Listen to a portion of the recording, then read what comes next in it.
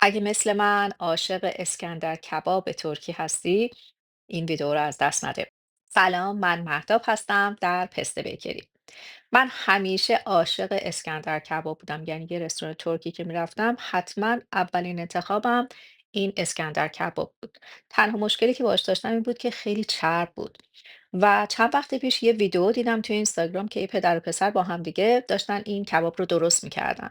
منم گفتم امتحانش بکنم و چون دیدم نتیجه خیلی خیلی خوبی داشت گفتم با شما به اشتراک بذارم. برای درست کردنش کافیه که گوشت چرخ کرده رو که من فکر کنم نیم کیلو گوشت چرخ کرده رو با یه دونه پیاز درشت که پیاز چرخ شده بود مخلوط کردم. بهش زعفرون، زردچوبه، پودر پاپریکا، زیره و ماست چکیده اضافه کردم با نمک و فلفل و با استفاده از یه وردنه و کاغذ روغنی یه ورق نازکی از این گوشت رو روی کاغذ روغنی گذاشتم و بعد شروع کردم به رول کردنش.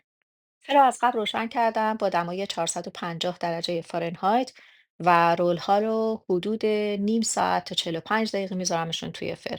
اولش آب میندازه و بعد که یواش یواش آبش جمع میشه قبل از اینکه کامل کامل تموم بشه یه مقداری از آب رو از توی سینی برمیدارم که هم برای سسی که میخوام درست بکنم استفاده بکنم هم که کف سینی نسوزه. نون بربری هامونم آماده شد برای این کباب خوشمزه که لینک طرز تهیه این نون رو هم پایین ویدیو براتون میذارم.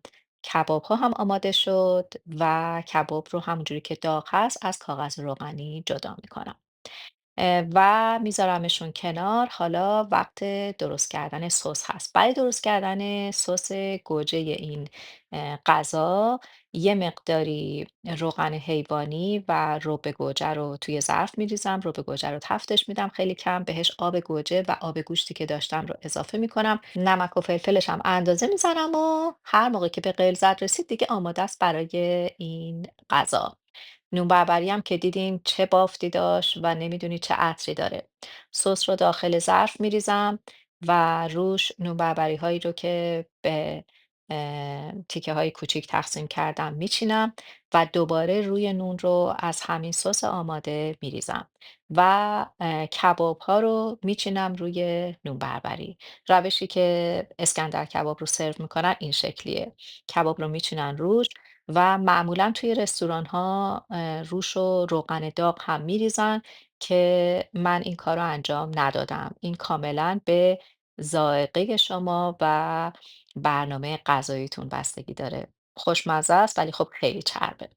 و فلفل دلمه کبابی رو هم پوست کندم اونم کنار کباب اضافه میکنم، یه دونه گوجه فرنگی و در نهایت ماست چکیده هم کنار این غذا سرو میشه و دوباره کمی سس روی گوشت و فلفل و بقیه مواد میریزیم و غذا آماده است. یه کباب خوشمزه با نون بربری تازه و داغ که خودمون درست کردیم.